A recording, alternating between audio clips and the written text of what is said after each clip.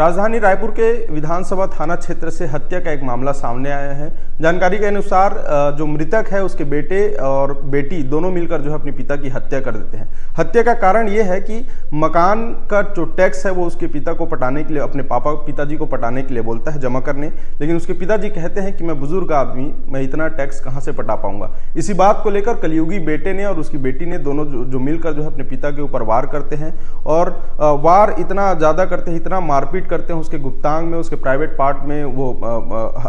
वार करते हैं, जिससे जो है उसकी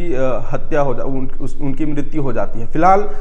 विधानसभा थाना क्षेत्र में मामला दर्ज हो चुका है। आरोपी को भी गिरफ्तार कर लिया गया है और आरोपी के खिलाफ जो है धारा 302 के तहत अपराध पंजीबद्ध किया गया है, जिसमें मृतक का नाम जो है वो राम कुमार विश्वकर्मा है और इसके बेटे का नाम सुरेश विश्वकर्मा है, जो इस हत्या के मामले में शामिल है।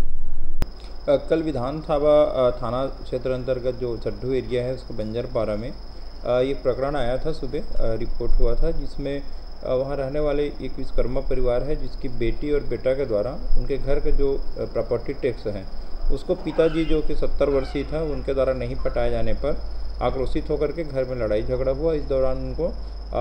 मारपीट किया गया जिससे उसके मौके पर ही मृत्यु हो गई थी, जिसकी सूचना मिलने पर थाना प्रभारी द्वारा टीम के साथ तत्काल मौके पर उपस्थित हुआ और प्रकरण के आरोपी जो मृतक के बेटी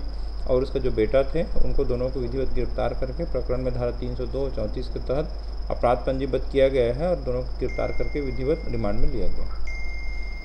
इसके